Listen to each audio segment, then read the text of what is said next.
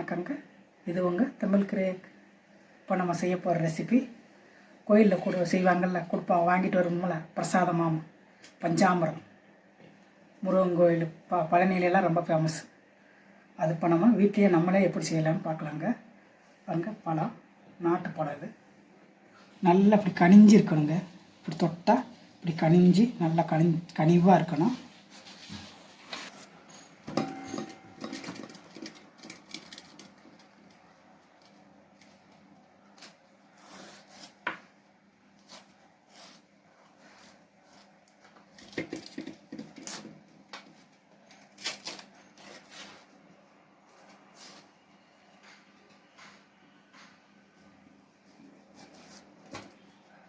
நல்லா பெரிய பழமாகவே எடுத்துருக்காங்க.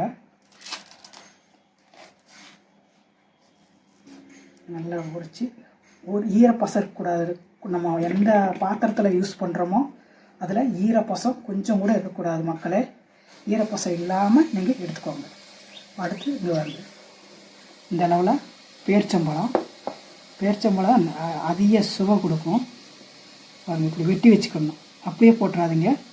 இந்த மாதிரி சிறு சிறு துண்டுகளாமல் பாருங்கள், சிறுசாக துண்டுகளாமல் இப்படி புதுசாக வெட்டிக்கலாம். வெட்டி அதை கூட போட்டுக்கோங்க. வச்சுக்காங்க.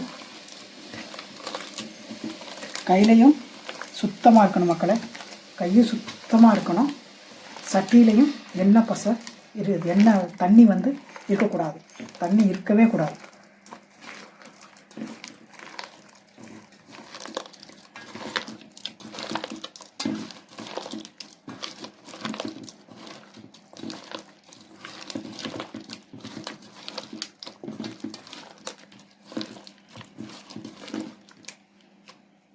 அடுத்து என்கிட்ட மண்டவளம் இருக்குது. நான் மண்டவளத்தில் ஆல்ரெடி ஒரு தடவை செஞ்சேன், நல்லா இருந்துச்சு. கொஞ்சம் நாளைக்கு தாங்குச்சு. அதனால தான் நான் மண்டவளம் எடுத்துருக்கிறேன். உங்கள்கிட்ட நாட்டு சர்க்கரை இருந்தால் நாட்டு சர்க்கரையும் போட்டுக்கலாம், நல்லாயிருக்கும். இந்த அளவில் நான் 4 பழத்துக்கு, பெரிய பழத்துக்கு இந்த அளவில் நான் எடுத்துருக்கிறேன்.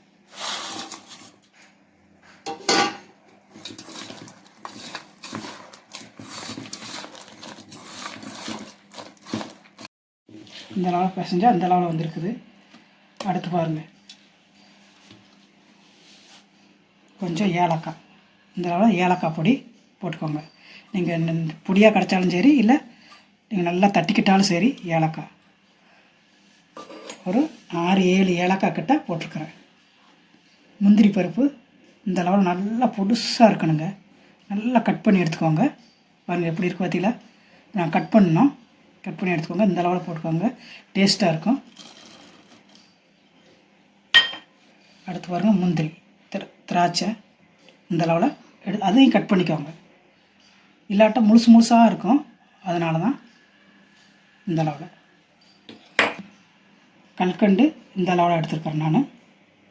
சின்ன இது பெருசாக எடுத்திங்கன்னா முழுசாக போட்டுறாதீங்க, நச்சிக்கோங்க. இல்லை ஸ்மால் கல்கண்டுக்கு பார்த்திங்களா பாக்கெட்டில், அது போட்டால் நமக்கு இந்த பாருங்க இப்படியே இந்த அளவில் கரெக்டாக கிடைக்கும். அதனால் நான் இது வாங்கியிருக்கிறேன். இந்த கல்கண்டு போட்டால் கரெக்டாக இருக்கும். அதனால் நான் இதை எடுத்துருக்கிறேன், இந்த அளவில் கல்கண்டு. அடுத்து கடைசி நெய் நான் உருக்கி வச்சுருக்கிறேன். நமக்கு உருக்குனா தான் அளவு தெரியும் அப்படிங்கிறக்காண்டி நான் உருக்கி வச்சுருக்கிறேன். அதான் ஊற்றிக்கலாம்.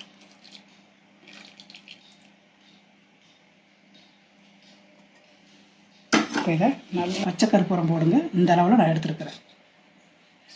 ஒரு சிட்டிங்க, இப்படி ஒரு சிட்டி இப்படி எடுத்து ஒரு சிட்டி அந்த அளவில் பச்சை கற்பூரம். சூடம்னு சொல்லுவாங்கள்ல, அதை போட்டுறாதீங்க. பச்சை கற்பூரம் அதுதான் வாசம். அதனால தான் இவ்வளோதாங்க. இதை நல்லா பிசையலாம். இது நம்ம எவ்வளோவுக்கு பிசைகிறோமோ அவ்வளோவுக்கு டேஸ்ட்டு கிடைக்கும். நல்லா பிசையணுங்க. ஒரு 1/4 மணி நேரமாவது பிசையணும். பாருங்க, இப்படி வரணும்.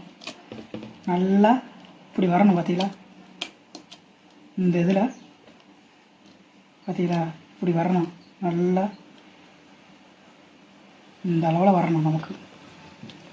அப்போ தான் நமக்கு டேஸ்ட்டாக இருக்கும். மையாக ஆகிடணும்.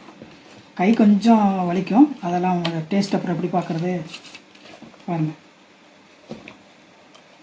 அழகாக வந்துடுச்சு. இவ்வளோதாங்க.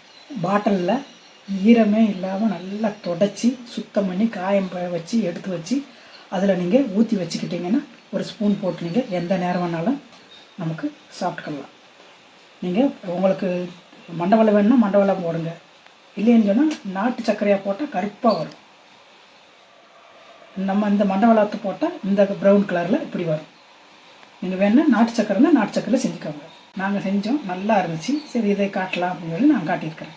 இங்கே வரும் இப்போ ஊற்றுறோம் வேண்டு இப்படி வருது பார்த்தீங்களா?